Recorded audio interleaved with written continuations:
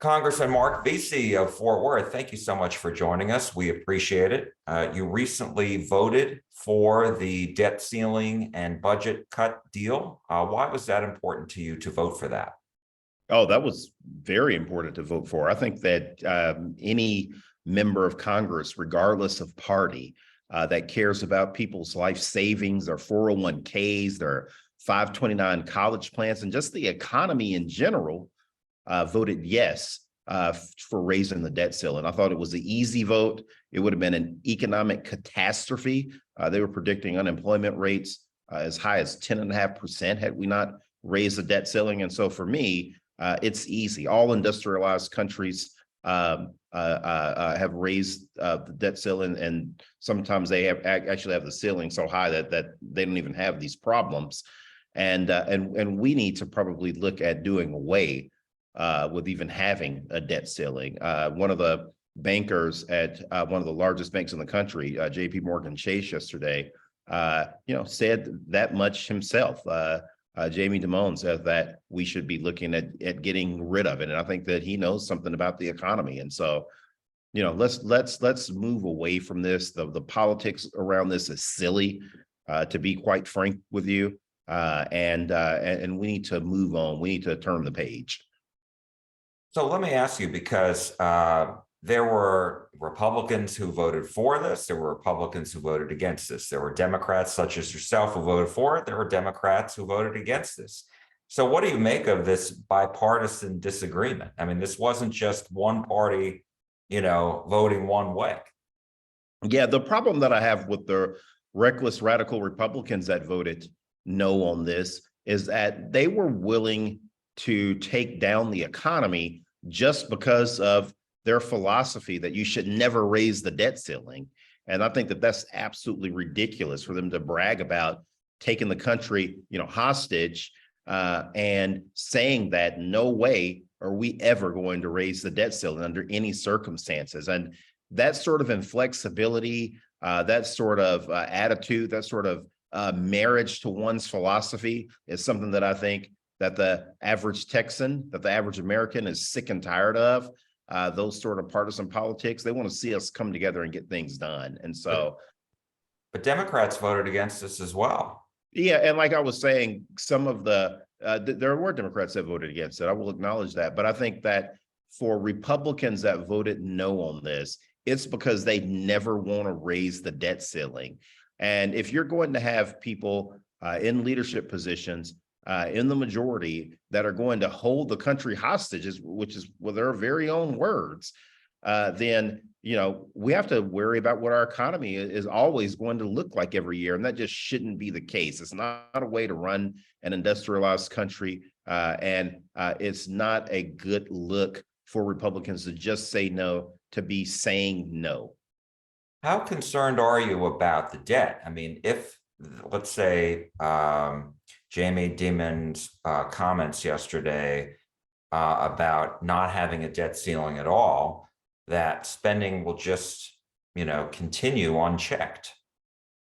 No, I think that I'm not worried about that at all. I think that with the Inflation Reduction Act that President Biden put into place, that there's clearly mechanisms in there that's going to help us bring down our nation's debt. And I think that there are tactics that you should use like that make a lot more sense, other than, again, as the Republicans said, holding the country hostage.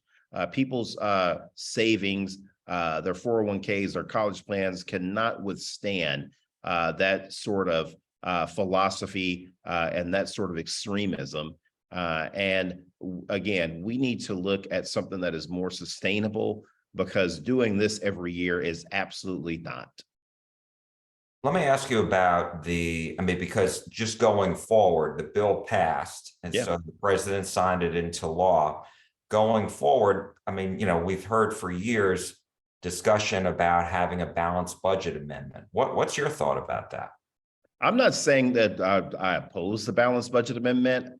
What I'm saying is that based on my experience here, again, I was elected I was sworn in 2013. So, I've been here just a little over 10 years now.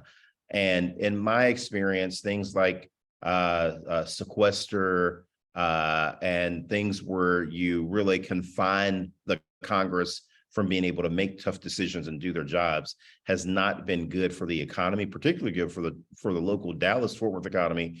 And so I would be hesitant into going into any sort of pledges or balanced budget amendments without knowing all of the facts and details about what it's going to do when Congress actually needs some flexibility to be able to make its minds up on how to lead the country in the right direction.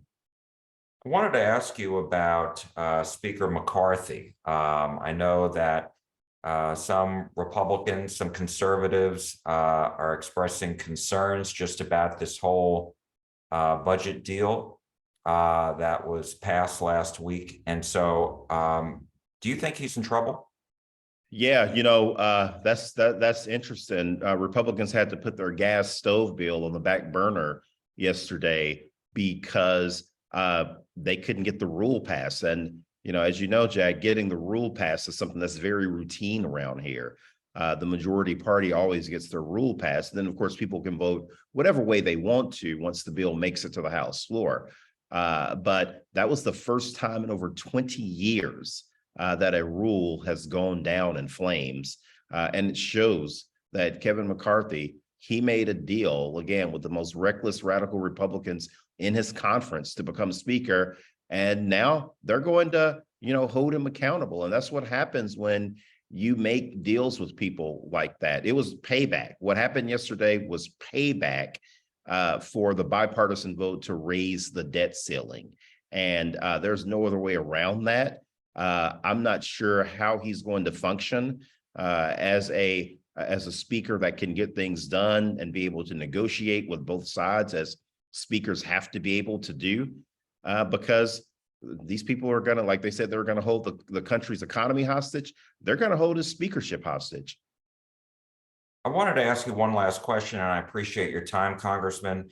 As far as Speaker McCarthy, he is now saying that the Republicans Congress may hold FBI Director Christopher Wray in contempt over this document from a confidential, credible source as it relates to Joe Biden as vice president allegedly taking a $5 million bribe from a foreign national. What's your reaction to all this? I haven't really heard much about that, but to me, it sounds like another one of the Republicans, latest and greatest conspiracy, type themes that they are always sort of talking about. Who knows what that is about? I haven't heard anything about that until you just mentioned it. And I'm not surprised that Kevin McCarthy would try to create a distraction over what was an utter embarrassment on the House floor yesterday. All right, Congressman Mark Veasey of Fort Worth, thank you so much for joining us. We appreciate your time as always. Thank you.